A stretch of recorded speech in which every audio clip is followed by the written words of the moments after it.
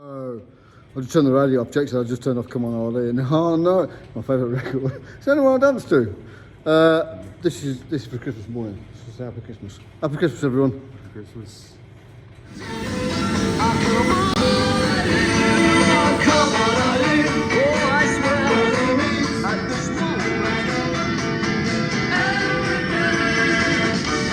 Thanks here for John. Happy Christmas, everybody. I hope you got what you wanted. I made sure I got what I wanted. I bought myself a present. A new helmet. I've wanted a logo helmet for ages. Look at that! Got Barbara's done it for me. It's beautiful. Done a beautiful job of that. So there we go. That's made my Christmas. Happy Christmas. Well, Sunday morning I've had loads of comments over the commentary blog I've just done from the planning last week. Really good, really positive. People asking me the valuation. We don't know. Nobody knows yet. They've got about 4 to 5 million quid invested. It cost them 2.7 million to buy it, and the £700,000 for the lease, plus the legal fees, plus their fees for keeping it, or supposed to be keeping it secure, and the ongoing costs. So £5 million that they've got in it, we think, in total. So I think they're going to want their money back to sell it. So that's the cost it's going to be. Even if they fail the appeal, makes it worth agricultural value at £270,000. They ain't going to sell it for that, are they? They're going to want the money back. So you're really looking at 5 million quid to buy it. So that's the next stumbling block. You know, if it was a compulsory purchase order and it was failed on the appeal and they did want to sell it, you still got to find 5 million quid for somewhere. So it's still a long haul. So people are asking me questions I can answer. Let's just keep our fingers crossed that the application fails, and one day we might get the opportunity. We'll see.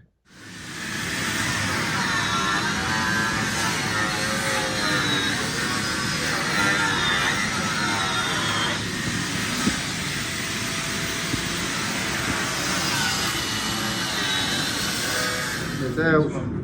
It's out. That took some grinding. Mind you, Jake, we spent 3 days going in the back of the coach. Yeah. That's took us a couple of hours to get that out there. But it's out, and we've got to get a new one now. We've just got a new one off Bruno, but I think that one's too big, so he's gonna take Tom now, see if Tom's got one. And we'll get a new one put in next week. That's the plan. This is what I'm doing, breaking the ice. 2 reasons, good for the fish. And obviously the safety of the lake after them poor lads died last weekend, just 2 miles up the road. So I'm going all around the lake breaking the ice today. Got the little digger today, so I'm getting right round. Right, we're in the 50s today. Oh, it's thick.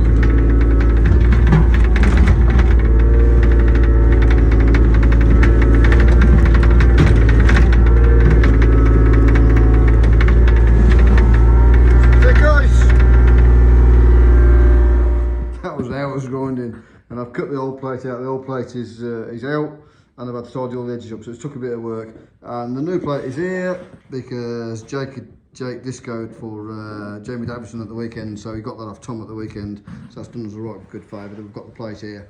So we've got a block as well. The Evans Twins have lent us a block, so we've got a block, so we're going to cut the hole in that tomorrow for the starter motor, and bolt it on the engine first and mark it that Matt starter motor before we weld it in.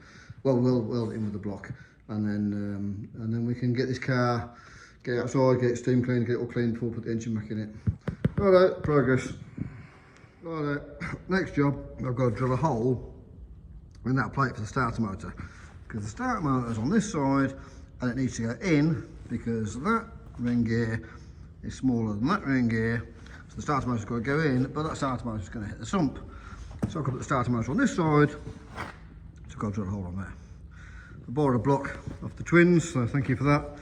And we're going to bolt that front plate to the block and that back plate to the block and weld it back in. Well, Jake is. I'm going to do the swap the starter motor, get the hole drilled, and get the prepping done for Jake, and Jake do the welding. Jake's better at welding than me.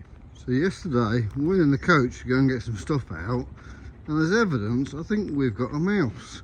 So we've got a trap in there overnight See if we can catch a little bugger. Because last thing we want, while the coach is sat here during the winter, is a mouse. Oh, look. Oh, yay! Yeah, traps upside down, so we got one. Woohoo! Yes, you bugger. Right. Set that again, see if we get any more.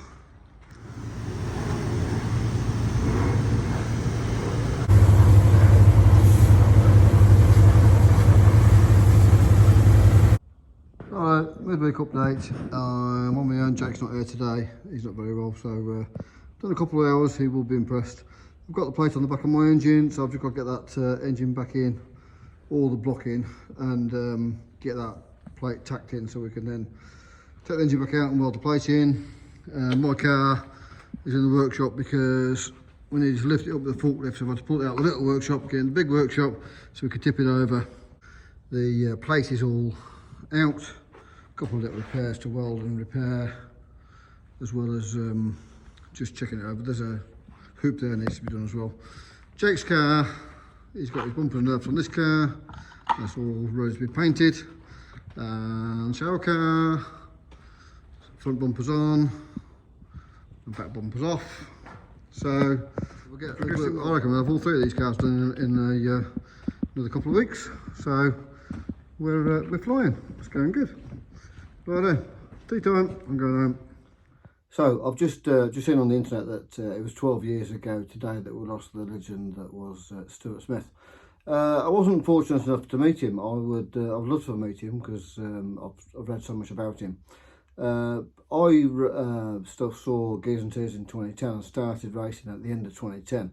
So my first meeting was actually his last meeting, because my first meeting was the gala night at Birmingham. I know it was his last meeting because he was there, because Andy Smith and Stuart Smith and Stuart Jr. were parked right opposite me. And of course I've seen Andy on Gears and Tears, so during the meeting I thought, oh, I'm going to take this opportunity to go and say hello. And I went over and said hello to Andy and shook his hand, and told him it was my first meeting, and he wished me luck, and he was a proper gentleman, as he is. And I wish I'd said hello to his dad now, because I'll never get the opportunity, but what a legend that guy was. So I wish I'd had a chance to meet him that night. There you go, that's my quick story on nearly meeting Stuart Smith. So, Christmas Eve, and my tidy up continues. Look at that corner, that's a skip full, the whole skip has gone from there. Just the rest of it to do, so I've got a bit to do yet.